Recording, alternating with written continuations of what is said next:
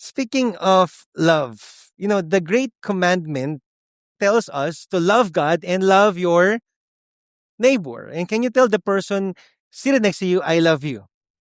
Sa mga single. Okay, so love your neighbor. We grew up hearing this. Tama po ba? We grew up hearing this. Ang question ko lang, why does it have to be commanded? Why does it have to be commanded? I mean, you don't command someone to love another person. I mean, who commanded you, Pastor Julius, to love Krish? And who commanded you, Krish, to love Julius? It happened so naturally because they fell in love. How many years ago was that? Anyway, so okay, it just happened so naturally because that's what love is. You like the person, you prefer the person, and then you fall in love with that person. And whatever stage that is, whether that's romantic love or filial love or love for your parents or your brothers or sisters, you know that it happens so naturally. And so for you to be commanded to be loved, that is something else. Are you here? And yet, may gusto kong sabihin sa inyo, hindi dahil hindi kayang mahalin, hindi na mamahalin. Because God told us to love.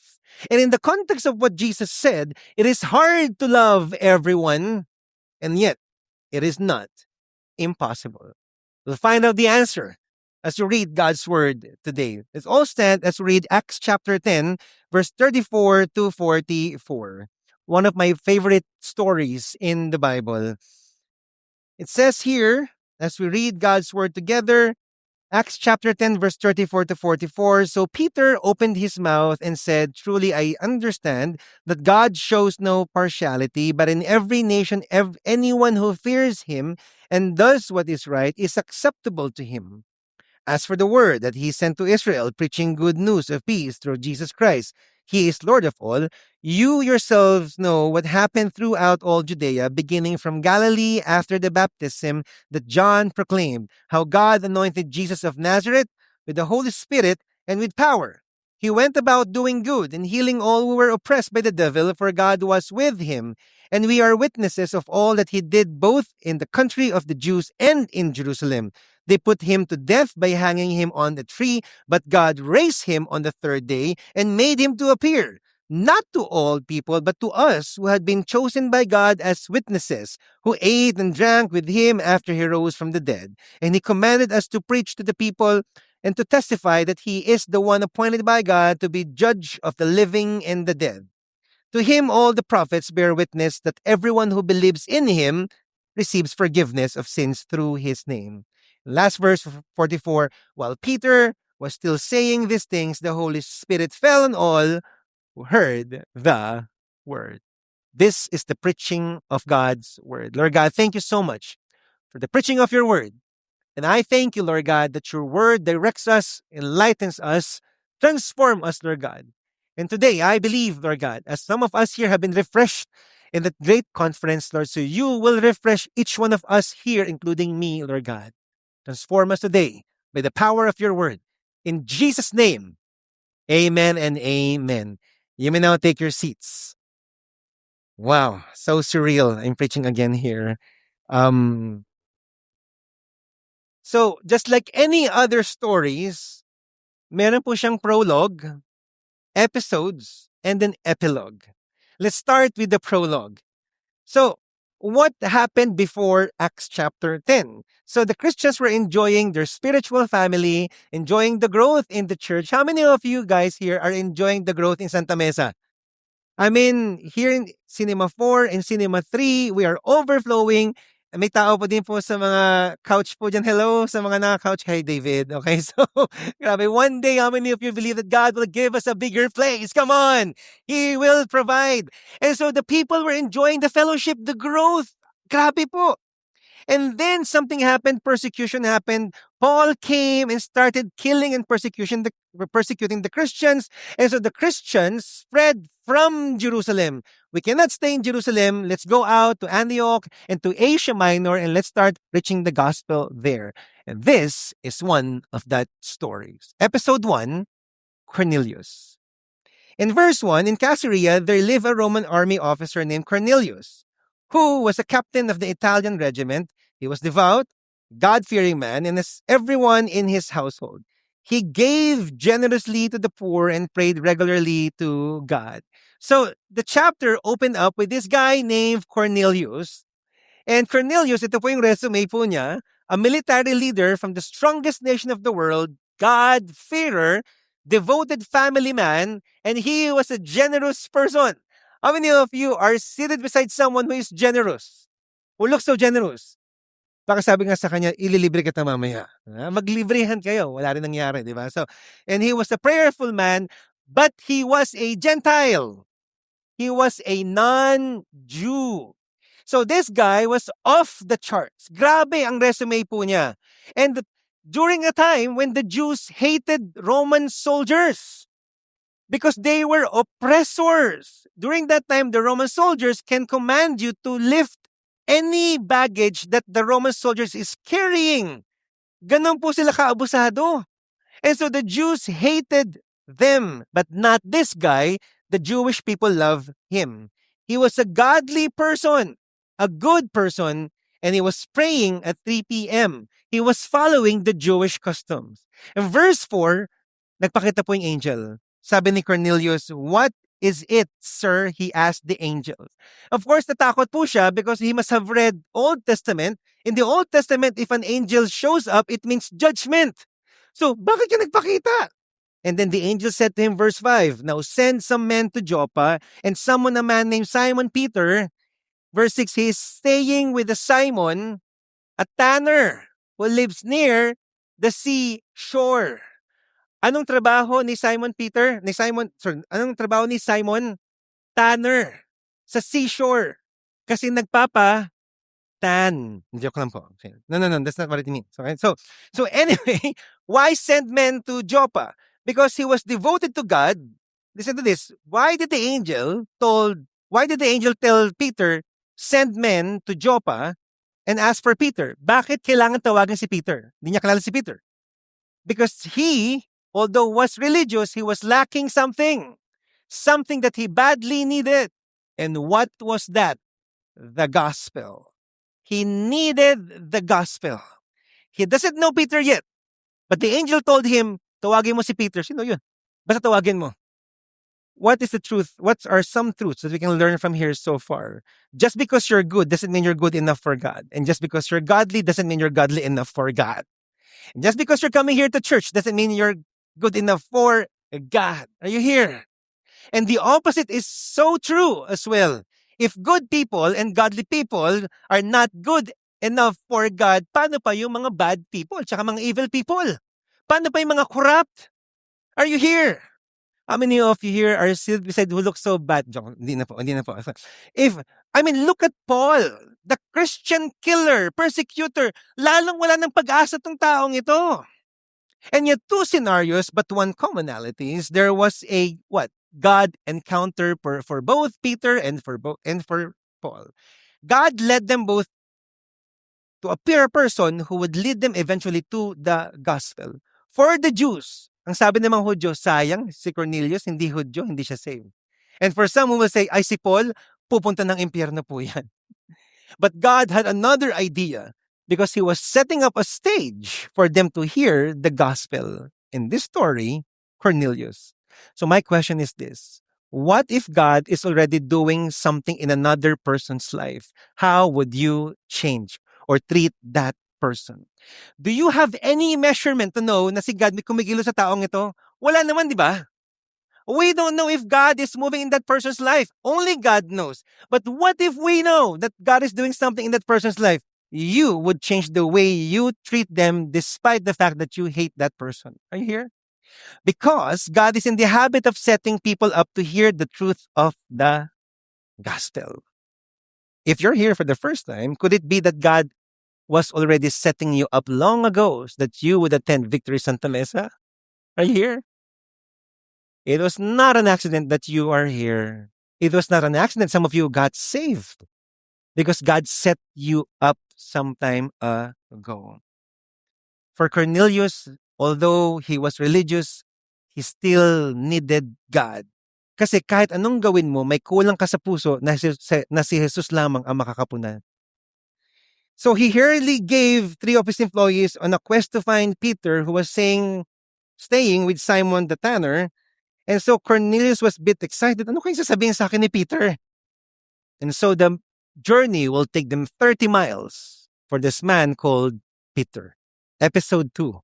Let's talk about Peter. So sino si Peter? We know that Peter was one of the 12 disciples, part of the inner core ni Jesus, betrayed and denied Jesus Christ, and Jesus forgave him. Later on, the Holy Spirit came upon him, preached the gospel, 3,000 got saved. And then going back to the story, we see Peter on a scene, and about noontime, he was praying, which was a Jewish custom, and he was fasting. And then the Bible said he was hungry. Ang ibig sabihin ng hungry po dito, ready to eat. How many of you are ready to eat after this? Okay? But not as Peter, kasi nag-fasting po siya eh. He was ready to eat. And then, verse 11, something happened. He saw a dream. He saw heaven opened and something like a large sheet being let down to earth by its four corners. It contained all kinds of four-footed animals and as well as reptiles and birds. Then a voice told him, "Get up, Peter, kill and eat."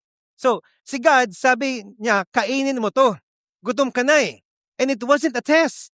For God will not test you to sin. In fact, when Jesus came, Peter was not under the law of the Jewish customs anymore. I'm under grace.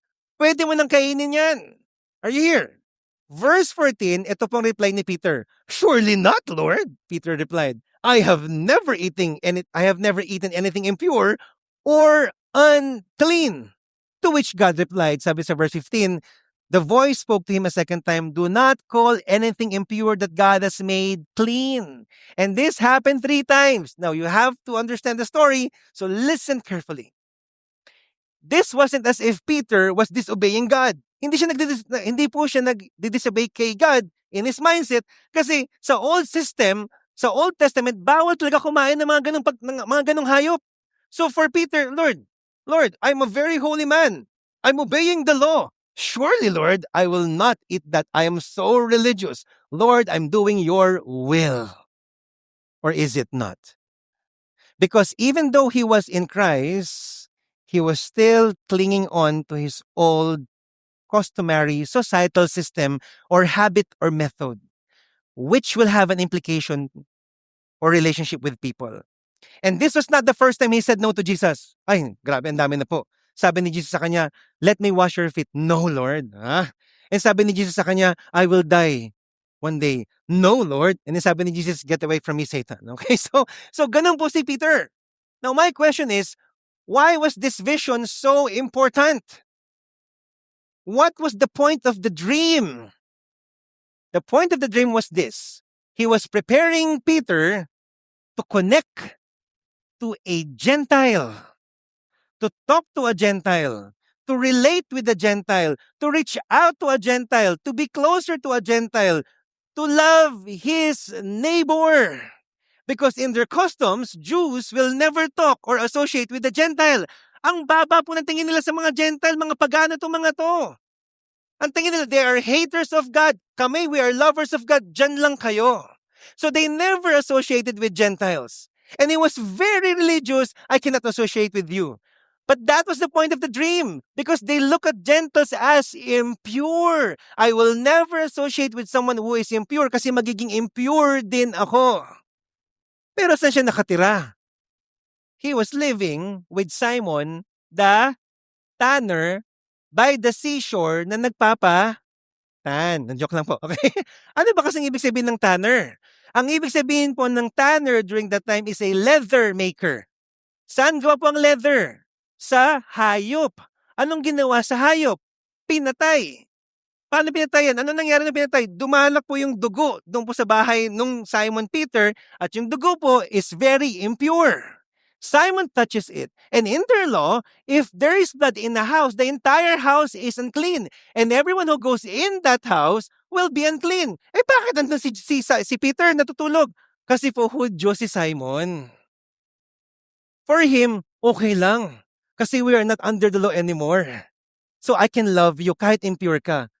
Eh why can't he not love a Gentile who is also impure? Anong tawag doon? Double standard. What was the problem with Peter? Peter was saved, Peter was forgiven, but Peter experienced the love of God, and yet Peter was still Peter. Maybe ignorant on the implication of the gospel, legalistic, and hypocrite. The result was prejudice. Prejudice. And prejudice means preferential bias, and it can be either favorable or unfavorable. Favorable to the unclean Jew, but not favorable to the unclean Jew. In Peter's case, I look down upon you, gentle, mga impure kayo, I will not associate with you. And for some of us, it could also happen that way. Sino ba kasi binoto mo last 2022? Are you here? Kung magkaiba na kayo ng political idea or political leaning, ayoko na sa'yo. Kung sa mga Christians ka, nangyari yun eh. Paano pa kung hindi Christian? Ayoko na lalo I will not preach the gospel to you. Paano kung magkaibang region kayo? Ilocano ka, Pampanga ko, wala na akong pakialam sa'yo. Paano kung nagkautang sa'yo ng 10 years? Impyerno ka na, di ba? Or maybe yung boss mo na galit ka, or maybe co-employees mo na lagi kang chinichismis, ayoko na talaga sa'yo. And you have preference. We all have preference. Let me ask you a question.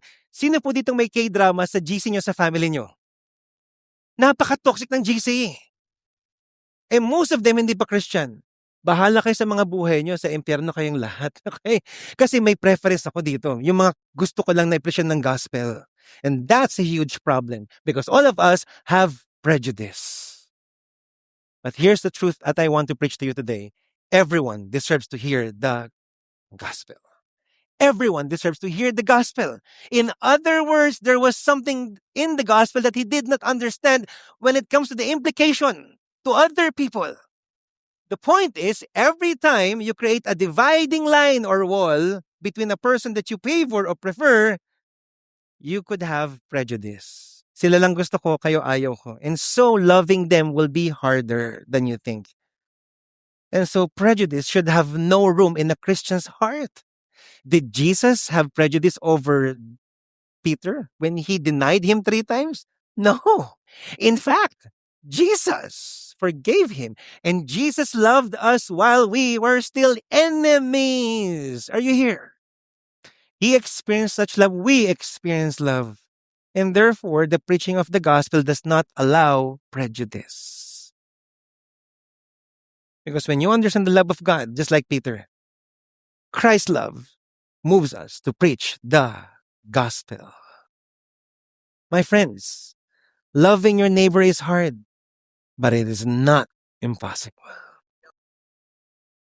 So what happened next? Verse 19. Meanwhile, as Peter was puzzling over the vision, the Holy Spirit said to him, 3 men have come looking for you. Get up, go downstairs, and go without them. Without what? Hesitation. Kasi nga mga gentle tong kukuha kay Peter. Huwag ka mag-hesitate, ha? Okay? Grabe, ang galing ng setup ng Holy Spirit. Don't worry, for I have sent them. How many of you here, you want the Holy Spirit to talk to you? Mag-preach ka ng gospel. Lord! But this was the Holy Spirit talking to Peter. And so Peter went on a quest to find Cornelius. The stage is set for the final episode of the story. Episode 3, Holy Spirit. Verse 24, they arrived in Caesarea the following day. Cornelius was waiting for them and had called together his relatives and close friends. Grabe si Cornelius, no? Leader na leader. Pumunta kayong lahat dito. Punta kayong lahat dito. May mag-share sa atin ng word. Wow. Kaya importante po yung tatay, yung ama ng tahanan. Talagang may command din para makapag-invite ng mga tao. There's an anointing for each fathers or leaders of the house. Anyway, that's another topic. And here's, si Peter kasi, may pagka-impulsive, and sometimes he's the type of person who talks but does not think about what he's about to say. Yung mga ganun kakalalang tao. Parang hindi pa nag-iisip yung sasabihin niya, pero sasabihin na lang niya, ganun po si Peter. Kaya, ay grabe, impulsive talaga. Verse 28, Peter told them, grabe pa yung drama dito, you know it is against our laws for Jewish man to enter a Gentile home like this or associate with you. But God has shown me that I should no longer think of anyone as impure or unclean. So what he was saying was this, actually, I shouldn't be talking to you kasi madudumi kayo. Okay? Can you imagine? Parang sa harapan ni Cornelius. So Cornelius shared how the angel showed up to him and gave him instruction where Peter lives. And verse 33, sabi ni Cornelius, "So I sent for you at once, and it was good of you to come. Now we are all here waiting before God to hear the message the Lord has given you." And at that exact moment, Peter finally realized a valuable truth that would forever change the course of evangelism and pave the way for world mission. That's why I went to Dubai. Anyway, verse 34. Then Peter replied, "I see very clearly that God shows no favoritism." Yung pala yun. Kasi akala ko, sabi, I'm imagining Peter, akala ko kasi kami mga Jews lang ang chosen. Kami mga Hudyo lang ang masisave. Pati pala mga Gentiles din. Ganun pala yun. And therefore, God wants everyone to hear the good news, the gospel. Ganun pala yun. Yun pang ibig sabihin yan. And then verse 35, in every nation He accepts those who fear Him and do what is right. And for the very first time, he realized that the gospel is for everyone. Who is that everyone in your life right now? Are they your friends? Sila ba yung mga taong gusto mo lang? Sila ba yung mga taong trip mo lang sa buhay? Sila ba yung mga taong ka-region mo lang? Taga-Bisaya ako, Bisaya lang to. Sila ba yung mga taong ka-close mo lang? Or are they also people that you don't like or prefer? Whatever political leaning that person might be. Are you here? That person is everyone. People you are annoyed, irritated, everyone. Because if the Holy Spirit is already talking to them, and we may never know that, don't you think at least we could give them some love, some care and compassion? Are you here? Then Peter began to preach the gospel in detail. And then the Holy Spirit did something that every time I come across this, I'm still baffled. Hindi pa tapos si Peter. Kasi for me, dapat ma-preach mo muna yung gospel, then the Holy Spirit comes. Pero hindi pa tapos si Peter mag-share. Verse 44, even as Peter was saying these things, the Holy Spirit fell upon all who were listening to the message. Ay, grabe, ang galing! Gentiles! Akala ko para sa Hudyo lang ang Holy Spirit. Sabi ni Peter, sa Gentiles, lumapag yung Holy Spirit. And then verse 45, the Jewish believers who were with Peter were amazed that the gift of the Holy Spirit had been poured out on the Gentiles too, for they heard them speaking in other tongues and praising God. Yung nangyari sa Acts chapter 2, nangyari din sa mga Gentiles. They began speaking in tongues and they were so amazed. Oh my gosh! Nangyari din sa kanila. The Holy Spirit moved upon them. Ganun pala yun. Can you imagine if when we step out in faith and start preaching the gospel, even to the person that you don't like, and the Holy Spirit comes upon that person, and that person started preaching the gospel to 100 more people, what would your reaction be? You will be amazed. Na ganun pala kalupit ang Holy Spirit, ang galing ng Holy Spirit. And the only thing that we need to do is to crush the dividing wall of preference and prejudice and start going out in faith and preach the gospel. And you don't know how God will move in that person's life.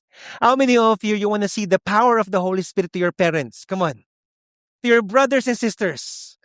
Yung sa GC nyo. Dati kay drama puro pag-pray naman kita. Wow, di ba? Yung boss mo na save na dating ayaw mo, biglang sasabihin niya, every Monday, mag-devotion na tayo. And because you step out in faith, grabing godly ng taong ito. Can you imagine when we preach the gospel to the campuses and they become our future leaders of the society, magbabago ang Pilipinas? How many of you believe that? And how many of you are believing na sa sobrang dami ng taong pupasok sa Victory Santa Mesa, kailangan ng bagong building? And all because we step out in faith and start loving our neighbor. In the end, na-amaze din po si Peter, and God wants you to be amazed with the miracle that you will see, the miracle of salvation. See, 2 conversions happened here. The Holy Spirit sets a person's heart for the gospel. Lahat naman po tayo, if you're Christian here, we're all been set up by God before so that we could receive the gospel.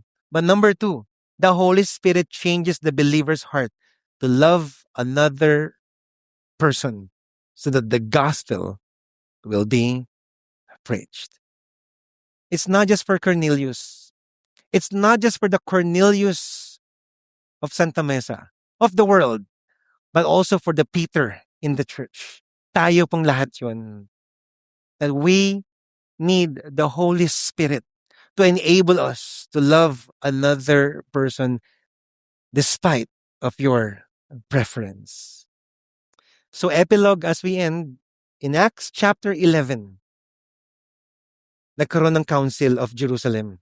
Andun po si Matthew, si Mark, si John, andun yung 12 disciples. And they were questioning Peter.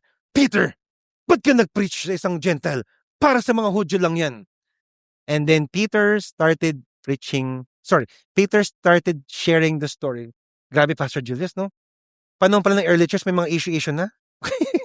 Laro na ngayon, daming issue sa church. Pinag-usapan po nila and Peter started sharing what happened. And when they understood the move of the Holy Spirit, this was their conclusion. Last verse, verse 18. When the others heard this, they stopped objecting and began praising God. And they said, we can see that God has also given the Gentiles the privilege of repenting of their sins and receiving eternal life. Hindi lang si Peter ang binago ni God. Pati yung mga Christians back then, may mali pala sa mindset natin. Lahat pala kailangan ma-preachan ng gospel. Because of that, they started preaching the gospel to different nations and they saw salvation in different nations.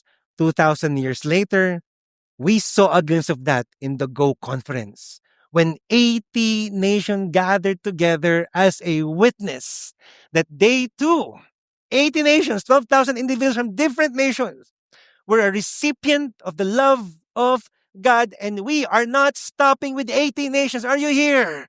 We are going to preach the gospel to all nations. And guess what? God will use the person seated next to you. And you don't need to go to another nation right now. We can start here in Santa Mesa. When we start loving one another, loving our neighbors, God will enable you to see the miracle of salvation. Do you want everyone in Santa Mesa to be saved? Come on. And so I believe that this message is for all of us today. That may God stir up our hearts to love the Cornelius of the world. And maybe you are a Cornelius here. You're ready to receive God. I believe it's not an accident why you are here.